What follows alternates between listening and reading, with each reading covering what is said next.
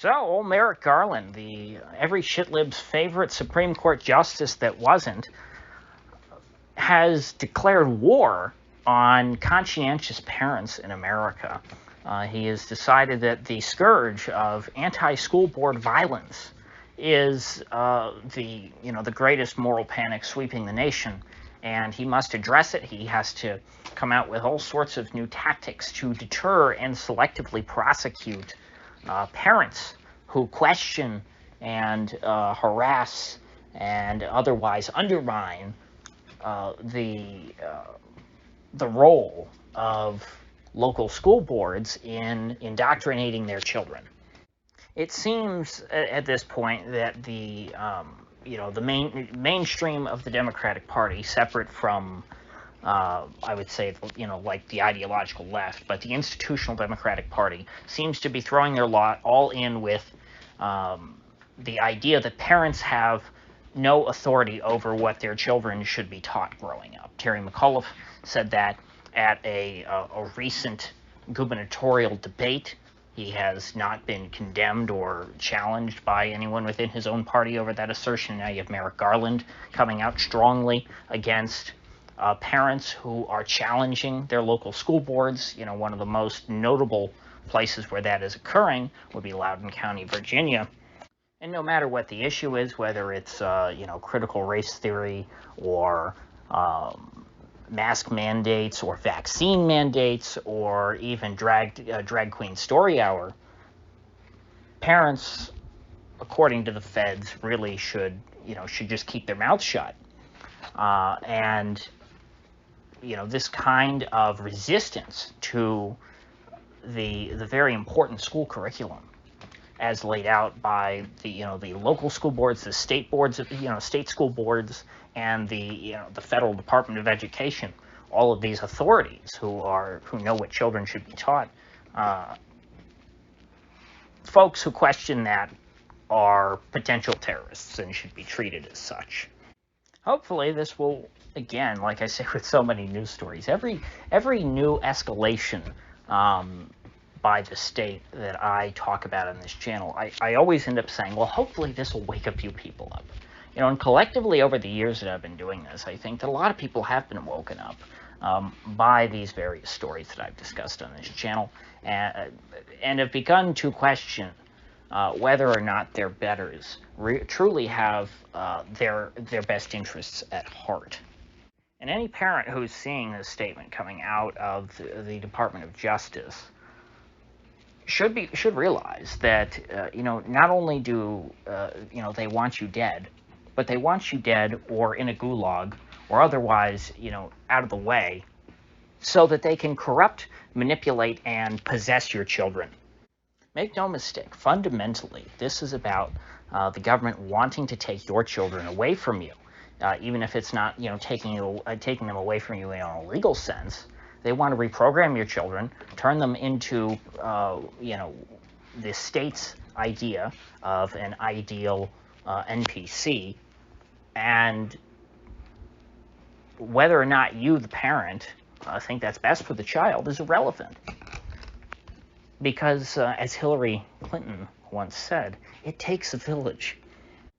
Now, essentially, there's nothing new about this if you really read into history and you understand that our public school system here in the United States is based on the Prussian model from, the Kingdom of Prussia over in Europe, which was all about, having a school system which produced loyal subjects to the state.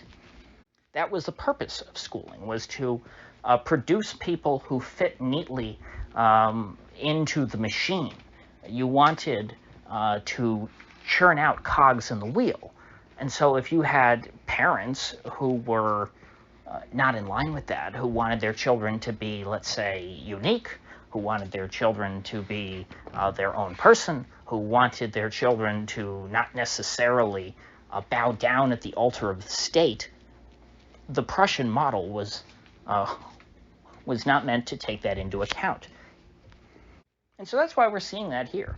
There is a resistance to the Prussian model because, most people in America have not heard of that. They don't understand this concept that public schools exist to churn out loyal subjects of the state.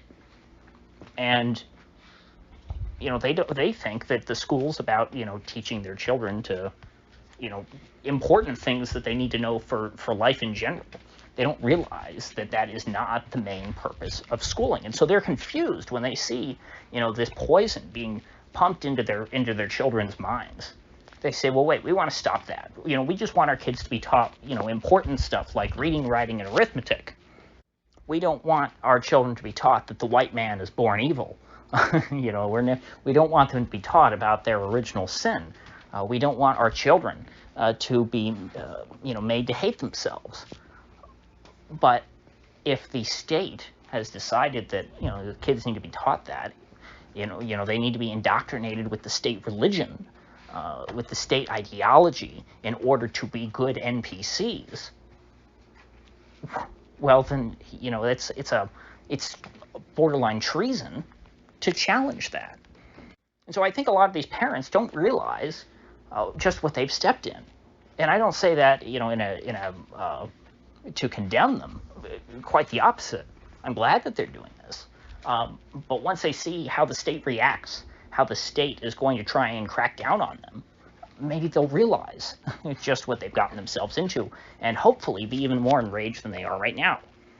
Because I don't think you have people right now who are, for the most part, energized by a desire to tear down the Prussian model of education in America and completely eviscerate the public school system.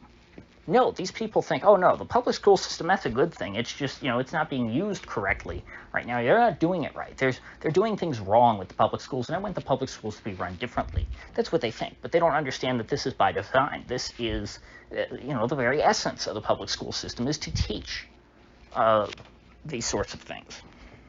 And so if Garland actually does go through with, prosecuting parents, hopefully that'll be a wake-up call to a lot of folks.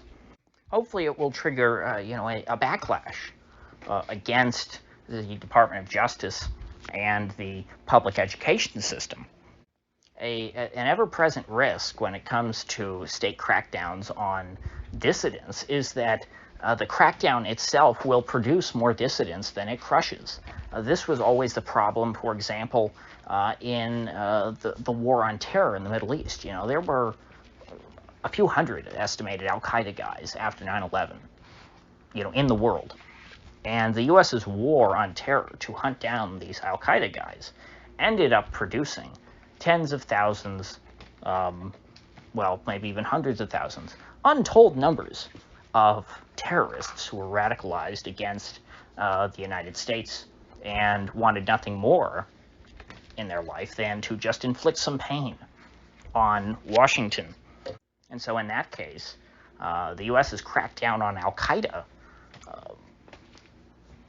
ended up creating far more terrorists than they were ever trying to, than they were initially, trying to crush. And I think that it's quite possible that you see something similar in this case. Just like how they, when they try to take down Kavanaugh, even though I'm not a fan of Kavanaugh by any means, by trying to take down that one man, a lot of people on the right were radicalized who realized that, oh wait, these people don't care about the truth. The media doesn't care that Kavanaugh is not a gang rapist. They all know that he's not a gang rapist. But they're willing to say that just to take him down anyway, because he's in their way. You see a similar effect, I think, with the January 6th folks. There is a great skepticism, at the very least, for the FBI on the right these days, which is, tremendous.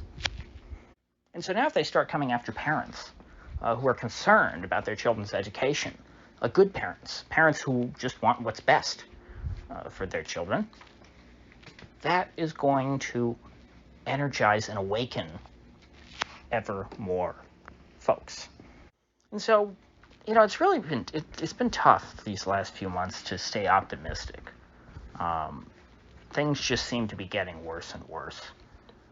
And I don't like that. I don't like having to say that. but it's reality. But as I've been saying for quite a long time, and I wish it hadn't been, I wish it wasn't taking this long, but things have to get worse before they get better. I knew that a few years ago. I started saying that quite a while ago. But it's kind of, you wish that it's more like ripping off the Band-Aid. You don't want prolonged surgery without any anesthetic, which is kind of what we're going through now.